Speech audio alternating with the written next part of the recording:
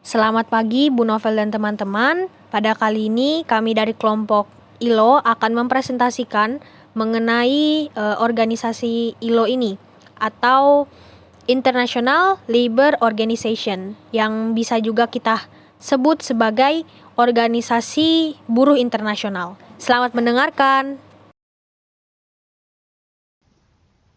ILO atau International Labour Organization atau yang lebih dikenal di Indonesia sebagai Organisasi Buruh Internasional didirikan pada 11 April 1919 sebagai bagian dari perjanjian perdamaian yang secara resmi mengakhiri Perang Dunia Pertama antara Sekutu dan Kekaisaran Jerman, yaitu Perjanjian Versailles.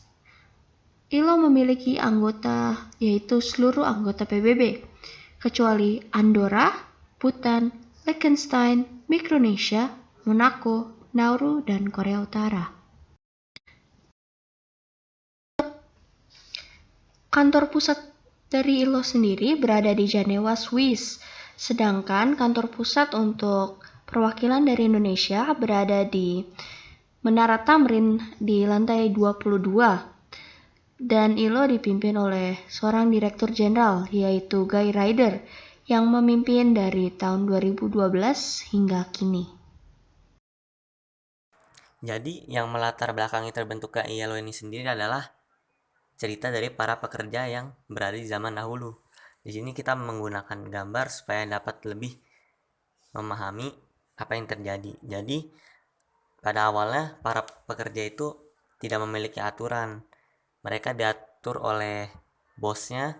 Jadi mereka bekerja sesuai perintah bosnya. Tidak peduli apapun yang terjadi, mereka harus tetap mengikuti bosnya.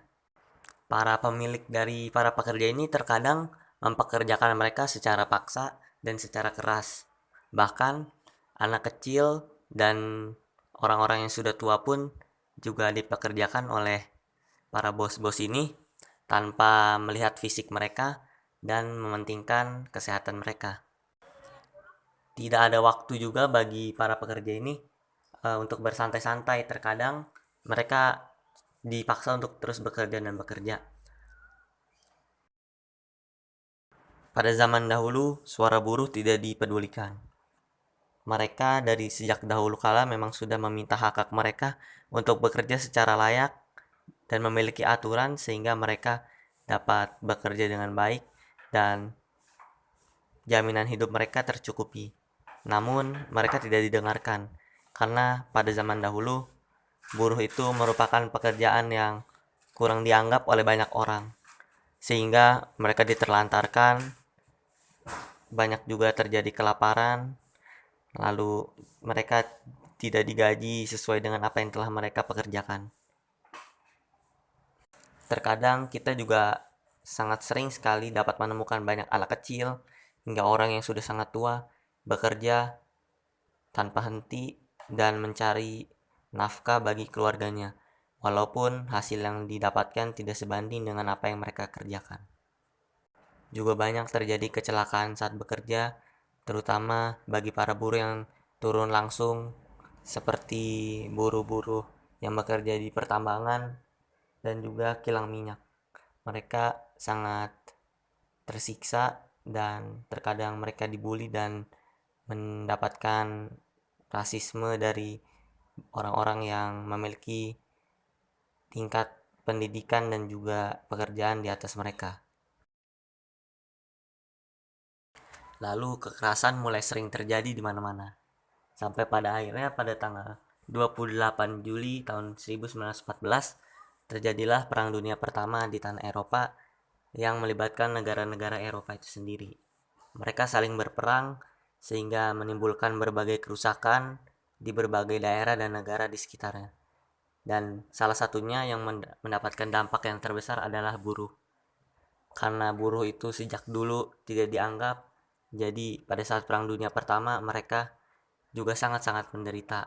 Mereka semakin miskin, semakin lapar, mereka juga dipaksa untuk bekerja, juga untuk membela negara sebagai tentara yang sukarela membela negaranya. Hal ini menimbulkan krisis ekonomi dan sangat-sangat menyusahkan bagi para buruh. Bukan hanya buruh tetapi bagi para masyarakat yang terdampak juga. Banyak timbul korban jiwa, banyak keluarga yang kehilangan sanak saudaranya akibat Perang Dunia Pertama ini. Perang terus berlanjut. Setiap harinya semakin banyak orang yang dirugikan akibat perang tersebut. Sampai pada akhirnya 4 tahun setelahnya, pada tanggal 11 November tahun 1918, perang ini berakhir. Warga-warga yang berada di tanah Eropa sangat-sangat bahagia karena akhirnya perang ini berakhir dan ada peluang untuk terciptanya perdamaian. Semua orang saat itu menginginkan perdamaian dan akhirnya hal itu terwujud. Para petinggi dan para pejabat pemerintah, mereka semua berupaya untuk berunding dan berdiskusi antar negara supaya bisa mendapatkan kemerdekaan yang adil dan juga perdamaian yang adil bagi setiap negara. Juga mereka membicarakan tentang berbagai macam hak yang seharusnya diberikan, terutama kepada buruh. Mendengar perang sudah berakhir, para buruh melihat peluang supaya mereka bisa mendapatkan hak-hak mereka sebagai pekerja dengan layak. Mereka turun ke jalan-jalan untuk menyampaikan aspirasi supaya suara mereka didengar oleh masyarakat dan juga pemerintah bahwa buruh juga dapat bekerja dengan baik seperti pekerjaan-pekerjaan lainnya. Sehingga pada saat perjanjian perdamaian Perang Dunia Pertama ditandatangani, yaitu perjanjian Versailles, buruh juga diikut sertakan dalam perjanjian tersebut. Sehingga dalam perjanjian tersebut terdapat hak-hak yang sangat-sangat mendukung buruh. Sehingga sekarang buruh tidak lagi seperti dulu. Sekarang buruh sudah semakin dipandang oleh warga masyarakat dan juga pemerintah. Untuk itu ILO terbentuk. ILO ini berkomitmen untuk mencapai kesetaraan di berbagai pekerjaan, terutama untuk buruh, sehingga hak-hak mereka terlindungi berkat adanya ILO. Dan sampai sekarang ILO terus berjuang dan berusaha supaya hak-hak buruh terpenuhi dan buruh dapat hidup layak sama seperti masyarakat lainnya. Ciri khas dari organisasi ILO adalah organisasi ini menangani masalah seputar buruh di dunia internasional. ILO berupaya untuk menciptakan peluang kerja yang layak dan produktif secara bebas, adil, aman, dan bermartabat. Tidak hanya itu, ILO juga mengusahakan perlindungan sosial dan jaminan sosial, serta keselamatan kerja, dan juga masalah terkait HIV atau AIDS. Secara lebih spesifik, inilah manfaat atau masalah yang dapat ditanggulangi ILO. Yang pertama adalah menangani masalah dan memperjuangkan hak-hak pekerja. Pada tahun 1908, ILO menerapkan deklarasi ILO tentang prinsip-prinsip dan hak-hak mendasar di tempat kerja, supaya negara-negara yang ikut dalam organisasi ILO dapat mengetahui prinsip-prinsip dan hak-hak mendasar di tempat kerja. Yang kedua adalah pekerjaan yang layak. Jadi, ILO sudah membuat standar-standar pekerjaan yang layak. Contoh pekerjaan yang layak menurut ILO adalah pekerjaan dengan jam kerja yang cukup dan tidak berlebihan, keamanan yang terjamin, dan pendapatan kerja yang cukup dan sesuai, jaminan sosial, dan lain-lain. Yang ketiga adalah mengenai hubungan ketenaga kerjaan. ILO mengupayakan adanya koneksi atau komunikasi yang baik antar pengusaha, pekerja, dan pemerintah, supaya pemerintah dengan organisasi pengusaha dan serikat pekerja mengatur perubahan yang ada dan mencapai target ekonomi dan sosial. Menurut ILO, hubungan ketenaga kerjaan ini sangat penting dalam membangun ekonomi maupun sosial suatu negara. Nah, untuk mendukung hubungan ketenaga kerjaan yang baik, ILO juga mengupayakan kebebasan berserikat. Hubungan antara pemerintah, pengusaha, dan pekerja dapat dibangun bila semua orang dapat berpendapat.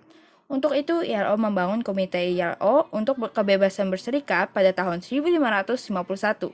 Komite ini memeriksa lebih dari 2.000 kasus, termasuk dugaan pembunuhan, penghilangan, kekerasan fisik, penahanan, dan pengasingan secara paksa terhadap pengurus serikat kerja pada tahun 2007. Selain itu, ILO juga menangani masalah kerja paksa. Ada beberapa bentuk kerja paksa, termasuk jeratan hutang, perdagangan manusia, dan bentuk-bentuk perbudakan modern lainnya. Untuk menangani masalah ini, ILO mendirikan program aksi khusus untuk kerja paksa. Tidak hanya itu, ILO juga mendesak disusunnya perundangan nasional supaya penegakan hukum mengenai kerja paksa dapat menjadi lebih kuat dan efektif. Selanjutnya adalah menangani masalah pekerja anak. Untuk menangani masalah ini, ILO membuat konvensi mengenai bentuk-bentuk terburuk pekerjaan untuk anak pada tahun 1999. Lalu, ILO juga meluncurkan program internasional untuk penghapusan pekerja anak atau IPEC pada tahun 1992 dengan tujuan memastikan anak-anak memperoleh pendidikan dan pelatihan yang mereka perlukan untuk menjadi orang dewasa yang produktif dalam pekerjaan yang layak. Lalu, ILO juga mengatasi masalah mengenai diskriminasi. Karena bagi ILO, diskriminasi dapat menyanyiakan bakat seseorang yang sebenarnya dibutuhkan untuk memajukan bangsa. ILO mengatasi masalah ini dengan mendorong kewirausahaan perempuan, kesetaraan gender, dan masih banyak lagi. ILO juga memandang pengangguran dan kemiskinan sebagai masalah besar. Dua penyebab dari masalah ini adalah penciptaan lapangan kerja yang lambat dan pekerjaan yang kurang produktif. Dalam menangani masalah ini, ILO menyatakan keperluan koordinasi kebijakan makroekonomi yang lebih besar di tingkat internasional, serta kebijakan pasar tenaga kerja yang aktif di tingkat nasional. Dengan begitu, ILO merumuskan kebijakan pada agenda pekerjaan global yang komprehensif. Kebijakan ini dirumuskan guna menciptakan dan memelihara lapangan pekerjaan yang layak. Selain itu, ILO juga memberikan perhatian khusus kepada kaum-kaum muda yang menganggur. Maka dari itu, ILO membantu pemerintah dengan menyarankan kebijakan-kebijakan dan juga pelatihan ketenaga kerjaan. Selanjutnya, ILO memandang kenaikan upah di beberapa negara cenderung lambat, sehingga sebagian pekerja tidak dapat memenuhi kebutuhan pokok mereka. Maka dari itu, masalah ini menjadi salah satu kepentingan utama ILO dalam mewujudkan tujuannya. Yang terakhir adalah menangani masalah terkait HIV dan AIDS atau AIDS. ILO memandang bahwa pandemik AIDS telah menimbulkan tidak hanya masalah di bidang kesehatan, namun juga di bidang pekerjaan.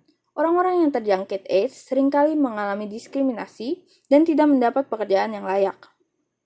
Dengan begitu, pada tahun 2001, ILO mengadopsi kaidah ILO tentang HIV atau AIDS dan dunia kerja.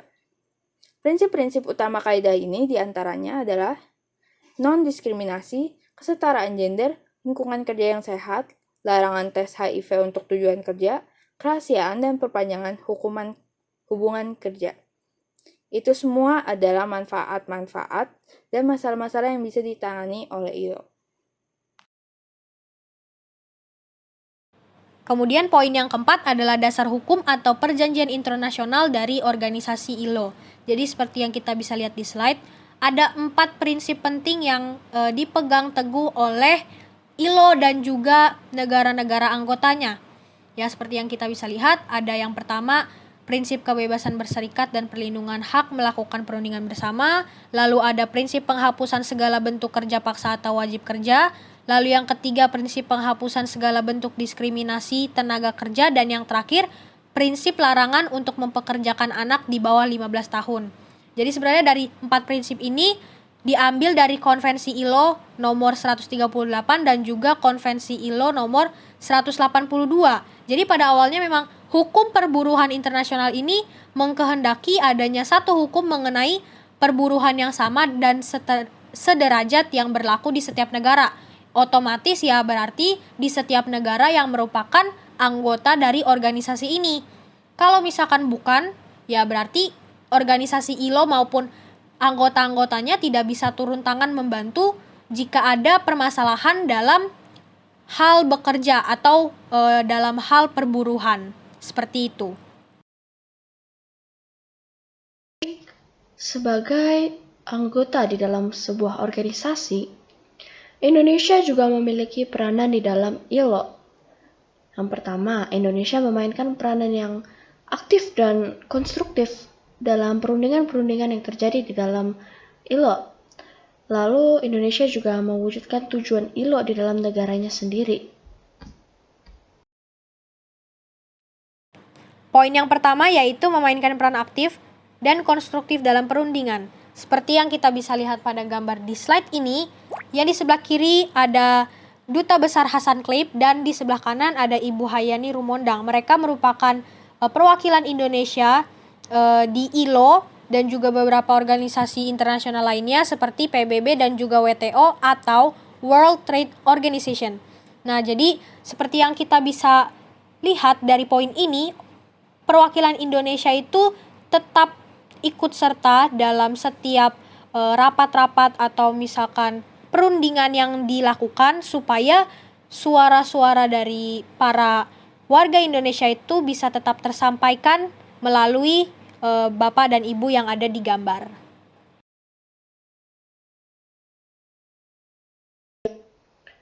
Dalam mewujudkan tujuan ILO di dalam Indonesia, pemerintah Indonesia berperan besar dalam mewujudkan ini untuk menciptakan pekerjaan yang layak di Indonesia.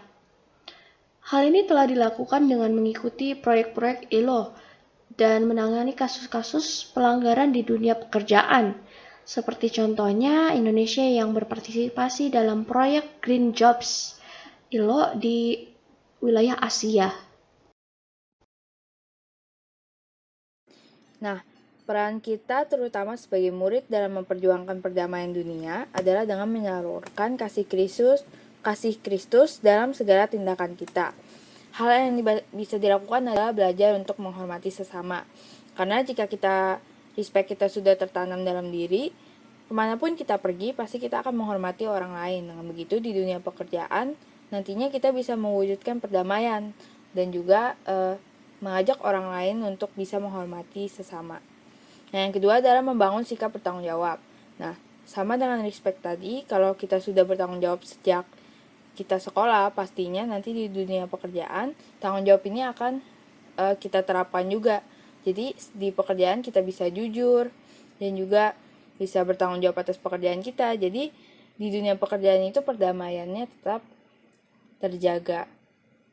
Nah, yang ketiga adalah membangun relasi yang kuat antar teman, antar guru, ataupun antar warga, antar keluarga. Ya, pokoknya kalau kita bisa membangun relasi dari sekarang, nanti di dunia pekerjaan kita sudah terbiasa untuk bisa membangun relasi yang kuat dengan misalnya dengan rekan kerja kita, atau bawahan kita, ataupun bos kita. Nah, jadi membangun relasi yang kuat ini penting, karena kalau relasi kita tidak kuat, komunikasinya itu juga pasti tidak kuat. Jadi bisa terjadi perselisihan, bisa terjadi pertentangan, dan kesalahpahaman begitu. Yang ketiga adalah mengembangkan talenta. Nah, mengembangkan talenta ini supaya kita bisa menjadi orang yang berpengaruh. Maksudnya itu orang yang bisa memimpin bawahan kita ataupun memberi pengaruh kepada orang-orang di sekitar kita. Jadi di dunia pekerjaan itu kita bisa mempengaruhi orang lain untuk dapat respect, untuk bertanggung jawab, dan kita bisa duluan untuk membangun relasi yang kuat dengan sesama rekan kerja kita. Nah, dengan begitu kita bisa menyalurkan kasih Kristus melalui tindakan kita dan juga mewujudkan perdamaian. Sekian presentasi dari kelompok kami. Terima kasih sudah mendengarkan. Tuhan Yesus memberkati.